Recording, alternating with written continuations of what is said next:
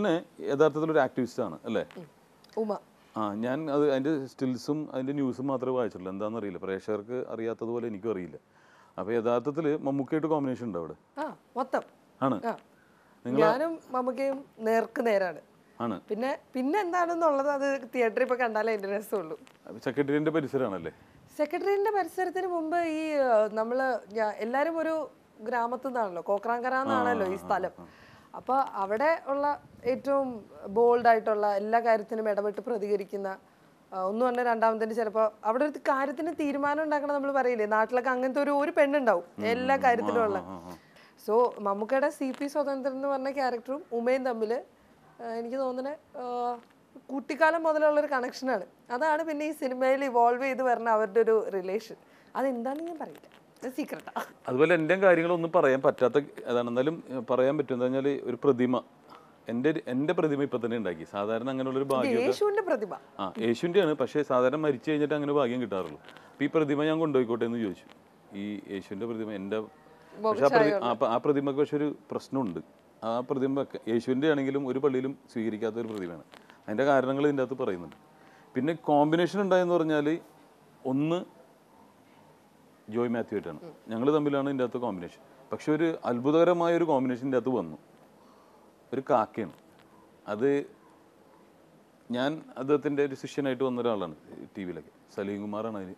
പക്ഷെ അവിടെ അതിൻ്റെ ഒരു ആ ശബ്ദം കൊടുത്തിരിക്കുന്നത്. ഞാൻ പറഞ്ഞു സലീം കുമാർ ജീവിതത്തിൽ ചെയ്തതിൽ ഏറ്റവും നല്ല വേഷമാണത്. ശബ്ദമായിട്ടാണ് ഈ സാന്നിധ്യം തന്നിരിക്കുന്നത്. ആൾക്കാരുടെ മനസ്സിൽ എളുപ്പം കയറി പറ്റും, റിലേറ്റ് ചെയ്യാൻ നമുക്ക് എളുപ്പം പറ്റും. അത് അദ്ദേഹം ഈ ലെജൻസ് എന്ന് പറയാൻ പറ്റൂട്ടോ. കാരണം എന്താണെന്ന് പറഞ്ഞാൽ ഇവിടെ ഞാനത് അഭിനയിക്കുമ്പോൾ അതിൻ്റെ ഡയലോഗ്സ് മാത്രമേ പറഞ്ഞു. പക്ഷേ ഡബ് ചെയ്തതിന് ശേഷം നമ്മൾ പൊട്ടിച്ചിരിച്ചു പോകും. ഈ സലീം കുമാർ അവിടെ ശബ്ദം കൊണ്ട് അദ്ദേഹത്തിൻ്റെ സാന്നിധ്യം തെളിയിച്ചിരിക്കുന്നു. പിന്നെ ഇതിൽ പാടിയിരിക്കുന്നത് രശ്മി. പിന്നെ ഏറ്റവും എടുത്ത് പറയേണ്ടത് നമ്മുടെ ടൈറ്റിൽ സോങ്ങിൽ വിജയലക്ഷ്മി ചേച്ചിയുടെ ഒരു കോൺട്രിബ്യൂഷനാണ്. കാരണം ഓഡിയോ ലോഞ്ചിൻ്റെ അന്ന് എല്ലാവരും അത് കണ്ടു. ആക്ച്വലി അതിൽ മാളച്ചേട്ടൻ്റെ വോയിസ് മിമിക് ചെയ്തിട്ടുള്ളത് വിജയലക്ഷ്മി തന്നെയാണ്. അതിൽ കുറേ ഗിമ്മിക്കലായിട്ടുള്ള കുറേ ചിരിയും അത് ആ പാട്ട് കേൾക്കുമ്പോൾ എല്ലാവർക്കും അത് സ്ട്രൈക്ക് ചെയ്യും. കാരണം അത് വളരെ എടുത്തു നിൽക്കുന്ന ഒരു പോർഷനാണ്. ആ മിമിക്രി മുഴുവൻ കാണിച്ചിട്ടുള്ളത് വിജയലക്ഷ്മിയാണ്. അത്ര രസമായിട്ട് ആ പാട്ട് അവർ പാടി. പിന്നെ നമ്മുടെ റഫീഖേട്ടൻ അതിൽ പാടിയിട്ടുണ്ട്, രാഹുൽ അതിൽ പാടിയിട്ടുണ്ട്. പിന്നെ ജയചന്ദ്രൻ ചേട്ടനും പാടിയിട്ടുള്ള ചന്തം തെളിഞ്ഞി എന്ന് പറഞ്ഞൊരു പാട്ട്. രശ്മിയുടെ പാട്ട് കുറച്ചും കൂടെ നമ്മളിങ്ങനെ നെഞ്ചിലൊരു കത്തിയെടുത്ത് ഇങ്ങനെ കുത്തി കയറി അങ്ങനെ ഒരു പാട്ടാണത്. പക്ഷെ രശ്മി പാടുമ്പോൾ അതിന്റെ പവർഫുൾനെസ് അത് കേട്ടിരിക്കുന്നവർക്ക് ഇങ്ങനെ രോമാഞ്ച കഞ്ചുകിതരായി പോകും. നമ്മള് ഒരു റെസ്പെക്ട് ഓട്ടോമാറ്റിക്കലി തോന്നിപ്പോവും. She's very powerful. ആ വോയിസും അതുപോലെ തന്നെ. നമ്മൾ എപ്പോഴും കേൾക്കുന്ന സ്ത്രീ ശബ്ദങ്ങളൊക്കെ വളരെ മധുരമുള്ളതാണെങ്കിൽ ഇത് വളരെ ഗാംഭീര്യമുള്ളൊരു സൗണ്ടാണ് രശ്മിയുടെ. പിന്നെ ഔസേപ്പച്ചൻ സാർ റഫീഖേട്ടൻ വരുമ്പോൾ നമുക്ക് ഓബിയസ്ലി പ്രേക്ഷകർക്കുള്ള പോലെ തന്നെ നമുക്ക് ഭയങ്കര പ്രതീക്ഷയാണ് ആ പാട്ടുകളിൽ എല്ലാവരും അക്സെപ്റ്റ് ചെയ്യുന്നുള്ളത്. ഡാൻസ് പഠിച്ചിട്ടുണ്ട്? ഞാൻ എന്താണ് പഠിച്ചിട്ടില്ല എന്ന് ചോദിക്കേണ്ട ഒരു ഡാൻസ് പഠിച്ചിട്ടുണ്ട്, പാട്ട് പഠിച്ചിട്ടുണ്ട്, നാടകം കളിക്കുമായിരുന്നു, ബാലെ ആർട്ടിസ്റ്റ് ആയിരുന്നു. സ്കൂളിൽ പഠിക്കുമ്പോൾ ചെണ്ടപ്പുറത്ത് എവിടെ കോല് വീണാലും അവിടെയൊക്കെ നമ്മളുണ്ട്. ഒന്നിലും മാസ്റ്ററും അല്ല. അതാണ് jack of all trades, master of none. അപ്പോൾ അതൊരു ഭാഗ്യമാണ്. കാരണം ഞാൻ ഇതിനു മുമ്പൊരു ഡാൻസ് പഠിച്ചിരുന്ന ഈ അടുത്ത് ഞാൻ ചോദിച്ചിട്ടുണ്ട്. അപ്പോൾ എന്താന്ന് പറഞ്ഞപ്പോൾ എന്താ ഇങ്ങനെ വരുമെന്ന്, എന്താന്ന് പറഞ്ഞു വരും. അത് കൺട്രോൾ ചെയ്യാൻ പറ്റിയാൽ ഭാഗ്യം. യഥാർത്ഥത്തിൽ ആക്ടിങ് എന്ന് പറഞ്ഞൊരു സംഭവം, അത് ഫിലിം ആക്ടിങ് എന്ന് പറഞ്ഞാൽ 7 കലകൾ ഒരുമിച്ച് വരുന്ന സ്ഥലമാണ്. വിജുവൽ ചെയ്തിരിക്കുന്നത് പറഞ്ഞിട്ടുണ്ടെങ്കിൽ ആങ്കറിങ്, അത് ഓവർ ആക്ടിങ് ആണ് ശരിക്കും അല്ലേ? ഷൗട്ടാണ്, ലൗഡാണ്. ഇപ്പൊ ഞാൻ പുറത്ത് ഷോസ് ചെയ്യുമ്പോ ഇങ്ങനെ ബഹളമൊന്നും വെക്കാറില്ല. നമ്മൾ ഏത് സ്റ്റൈലിലും ആങ്കർ ചെയ്യും. വീട്ടിൽ ബഹളം വെക്കാറില്ലേ? വീട്ടിൽ അത്യാവശ്യത്തിനൊക്കെ എപ്പോഴും എന്തിനാ ബഹളം വെക്കണം, അതിന്റെ ആവശ്യമൊന്നും ഇല്ല. ഞാൻ ഇച്ചിരി കൂടെ പോയിസ്ഡ് ആയിട്ടുള്ള ഒരാളാണ്. നമ്മൾ വീട്ടിലായാലും ബാക്കിയുള്ള ഏരിയാസിലൊക്കെ. ആ ഷോയിൽ എന്ന് പറഞ്ഞു കഴിഞ്ഞാൽ അതൊരു ക്രിയേറ്റിവിറ്റിയാണ് പ്രൊഡ്യൂസറിന്റെ. ഞാനും GPയും ഒരു വീട്ടിലെ തല്ലുകൂടണ 2 കുട്ടികളെ പോലെ ആയിരിക്കണം, അത് അവരുടെ ഡിമാൻഡാണ്. സോ നമ്മൾ അതുപോലെ തന്നെ ചെയ്യണം. കുറച്ച് ആക്ടിങ് ഉണ്ട് അതിൽ.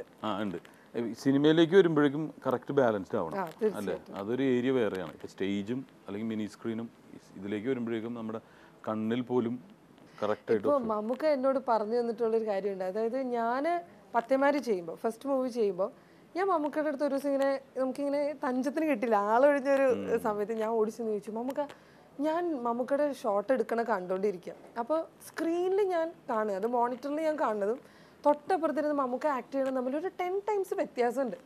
നമുക്ക് ചെയ്യണതിന്റെ Result 10 ഇരട്ടി എനിക്ക് മോണിറ്ററിൽ കാണാൻ പറ്റും. റിസൾട്ട്സ് ഇതെങ്ങനെ ചെയ്യാൻ പറ്റുമെന്ന് ചോദിച്ചു. അപ്പോൾ നമുക്ക് കുറച്ച് നേരം ഇരുന്ന് ചിരിച്ചു. എന്നിട്ട് എന്നോട് പറഞ്ഞു, ഗുഡ് ഒബ്സർവേഷൻ, നീ അഭിനയിക്കാൻ വേണ്ടി മുഖം കൊണ്ട് ഗോഷ്ടി ഒന്നും മേലെ കാണിക്കരുത്. ആക്ട് ചെയ്യാന്ന് പറഞ്ഞു കഴിഞ്ഞാൽ നിന്റെ മനസ്സിൽ ആ ചിന്ത ഉണ്ടാവണം, എന്താണ് സിറ്റുവേഷൻ എന്നുള്ള. അപ്പോൾ ഇപ്പോൾ സങ്കടം ഉണ്ടെങ്കിൽ തന്നെ മുഖത്ത് സങ്കടം, നമുക്ക് ഒരാളുടെ മുഖത്ത് നോക്കി അറിയില്ലേ സങ്കടം ഉണ്ടെന്ന്. അങ്ങനെ നാച്ചുറലായിട്ട് റിയാക്ട് ചെയ്യാൻ പറ്റുമ്പോഴാണ് ഒരു നടിയാവണമെന്ന് പറഞ്ഞത്. അതാണ് ശരിക്കും സിനിമയിലെ എൻ്റെ ഐ ഓപ്പണർ. ആ ഒരൊറ്റ വാക്കിലാണ് ആക്ടിങ് എന്താണെന്നുള്ളതിനെ പറ്റി ഒരു വെളിപാട് കിട്ടിയ പോലെയായിരുന്നു. അതിൽ നമുക്ക് എനിക്ക് അങ്ങനെ ഒരു അഡ്വൈസ് തരും ഞാൻ ഒരിക്കലും വിചാരിച്ചിരുന്നത്. അല്ല, സെയിം ഫീൽ എനിക്ക് കിട്ടി. അത് അണ്ണൻ തമ്പി എന്ന് പറഞ്ഞ പടത്തിൽ ഞാൻ അദ്ദേഹത്തിന്റെ ബോഡിയാണ്, അണ്ണനും തമ്പി, അണ്ണൻ മമ്മൂക്കയോ ഞാൻ തമ്പിയോ അപ്പം മാറി. അപ്പം അത്രയും ക്ലോസ് ആയിട്ട് എനിക്ക് വാച്ച് ചെയ്യാൻ പറ്റും. അത് കണ്ണിൽ തന്നെയാണ് നോക്കുന്നതെല്ലാം. അപ്പോൾ ഒരെണ്ണത്തിൽ എനിക്ക് എൻ്റെ അഹങ്കാരം കൊണ്ട് എനിക്ക് ഇത് പോരല്ല മമ്മൂക്ക ചെയ്തത്, ഭയങ്കര സെൻറ്റിമെൻറ്റ്സ് ഒരു സാധനമാണ്. അപ്പോൾ ഇത്രയും മതിയോ? പക്ഷേ അതിൻ്റെ റിസൾട്ട് എന്ന് പറഞ്ഞിട്ടുണ്ടെങ്കിൽ നമ്മുടെ കണ്ണ് നിറഞ്ഞു. നമ്മൾ കണ്ണ് നിറയേണ്ട ആവശ്യമില്ല, ജനങ്ങളെ കണ്ണ് നിറയിപ്പിക്കുക എന്നുള്ളതാണ്. അത് മനസ്സിലാക്കിയത് അവിടെ നിന്നാണ്. കാരണം ആ ഡയലോഗ് ഡബ് ചെയ്തപ്പോഴും അതിൻ്റെ ഒരു മോഡുലേഷനും ഈ കണ്ണുകൊണ്ട് മാത്രം, അതായത് ചേട്ടൻ അനിയനെ പിരിഞ്ഞു പോകുന്നതിലും വഴക്കിടുന്നതിൻ്റെ ഒരു വിഷമം അത്രയും മതി. ആ സട്ടിൽനെസ്സിലെല്ലാം കൊണ്ടുവരാനുള്ളൊരു പെക്യുലിയർ കഴിവാണ് മമ്മൂക്ക. അതിൻ്റെ ഇപ്പോൾ ആറാറും കൂടി പോയി, ഇതെല്ലാം കൂടി നോക്കുന്നുണ്ട്. അപ്പോൾ അത് പഠിക്കാൻ ഏറ്റവും വലിയ ഭാഗ്യം കിട്ടിയൊരു നടിയാണ്. കാരണം തീർച്ചയായിട്ടും 2 പടം ഇപ്പോൾ സ്മിത പാട്ടിൽ എന്ന് പറയുന്നതും അല്ലാതെ ഇപ്പോൾ അല്ലാതുള്ള നടിമാരുടെ പേര് പറയുമ്പോഴും സ്മിത പാട്ടിൽ നമ്മൾ കാണുന്നൊരു ഇതുണ്ട്. ആ ഒരു ഇതാണ് കിട്ടിയിരിക്കുന്നത്. കാരണം അല്ലല്ല ആ ഒരു റേഞ്ച് ഉണ്ടെന്ന് ഞാൻ പറയുന്നില്ല, പക്ഷേ അത്ര ഇതായിട്ടില്ല. നമുക്കും ഇപ്പൊ സ്മിത പാട്ടീലിനൊക്കെ പറഞ്ഞ വലിയ വലിയ വിഗ്രഹങ്ങളാണ് സിനിമയിൽ. ലൈക്ക് അതിപ്പോൾ ഇനി ജനങ്ങളാ പറയേണ്ടത്. ഞാനിവിടെ നിന്ന് പറഞ്ഞുകൊണ്ടോ ഇതൊന്നും കാര്യമില്ല. ഈ ബിഗ് സ്ക്രീനിൽ നമ്മൾ ഇത്രയും നാൾ പറഞ്ഞതും ഇതൊക്കെ ഒരു സെക്കൻഡ് കൊണ്ട് ആൾക്കാർ വിധി എഴുതും. തീർച്ചയായിട്ടും. അപ്പം നമ്മൾ പ്രത്യേകിച്ച് മലയാളികൾ എന്ന് പറഞ്ഞിട്ടുണ്ടെങ്കിൽ ടി വിയിൽ കാണുന്ന പോലെ അല്ല സിനിമയ്ക്ക് വരുന്നത്.